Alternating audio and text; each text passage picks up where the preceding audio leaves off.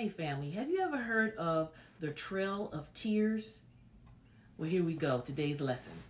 Imagine you all, you wake up one day and you're told that you, your family, and your entire community have to leave your homeland forever, okay?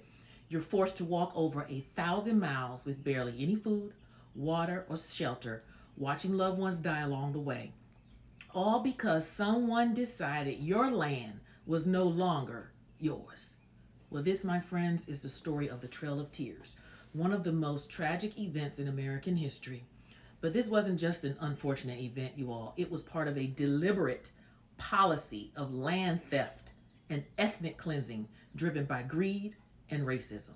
So today we are going to uncover the truth about what really happened, why it happened, and how the effects of the Trail of Tears is still being felt by Native communities today. Section 1. Life before removal. There was a group of it was a thriving indigenous nation. Before removal, Native American nations were thriving. You had the Cherokee, the Creek, the Chickasaw, and the Chickasaw, and the Seminole, known as the five civilized tribes. They had established well-structured governments. They had rich traditions and self-sustaining economies. They weren't running around here wild like some of these movies want to show. The Indians were just topsy-turvy and running around here just chopping off people's necks and everything. No. The Cherokee Nation even had a written constitution. They had a newspaper, and they had a judicial system modeled after the U.S. Constitution. Native Americans were not savages living in the wilderness, as many white settlers claimed. They had cities, roads, political systems. But their biggest crime in the eyes of white America, you know what it was?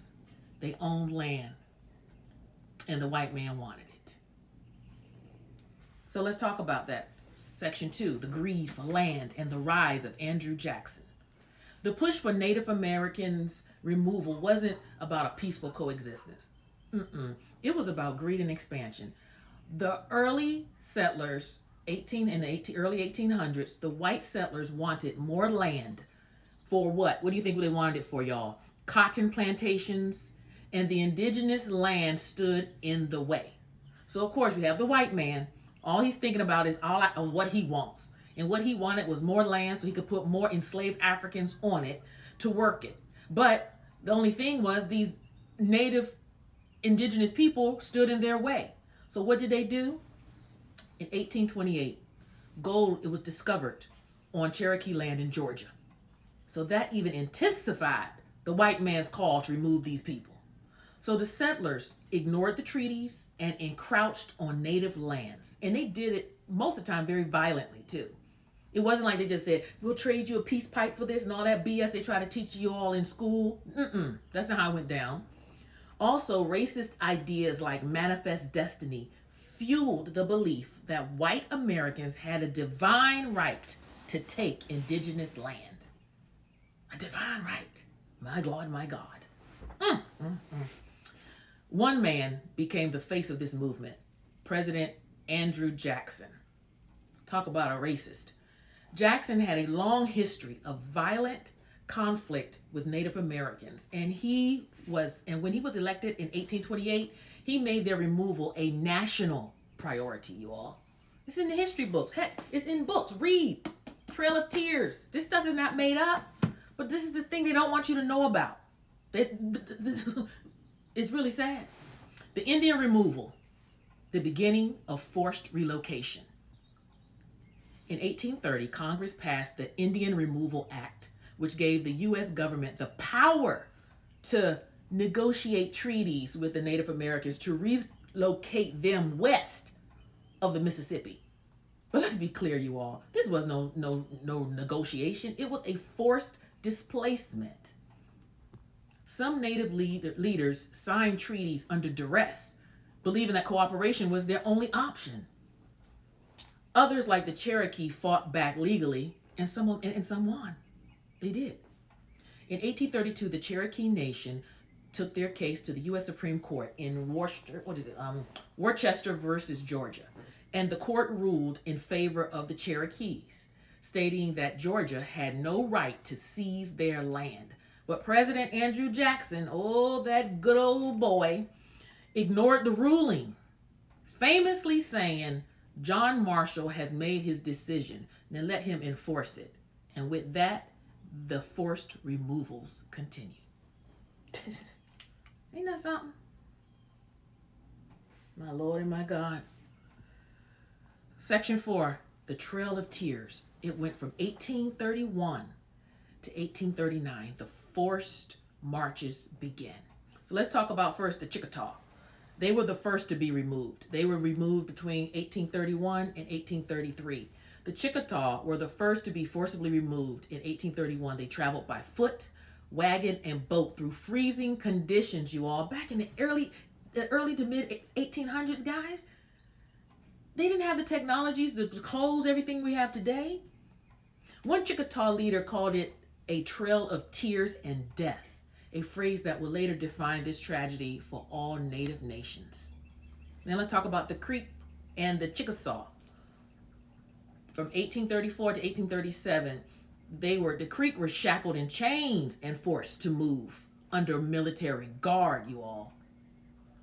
The Chickasaw negotiated a payment for their land, but still faced immense suffering on their journey west. Do you all see what's happening?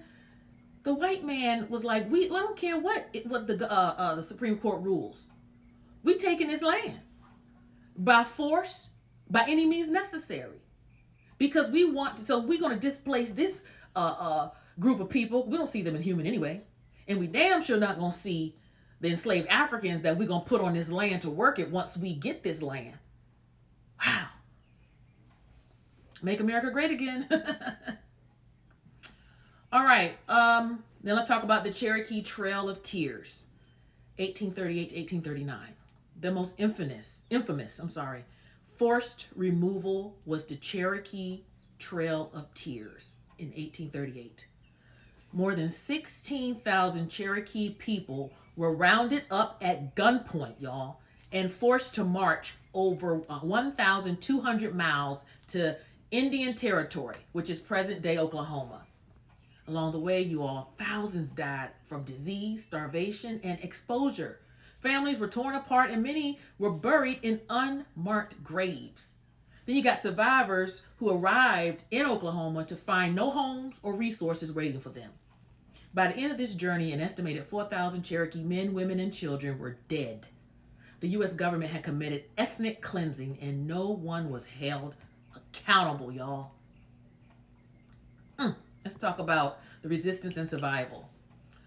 Not all indigenous nations went quietly. The Seminole tribe in Florida fought back in the Seminole Wars from 1835 to 1842, using guerrilla warfare against the U.S. Army. While many Seminoles were eventually removed, some escaped into the Florida Everglades, where their descendants still live today.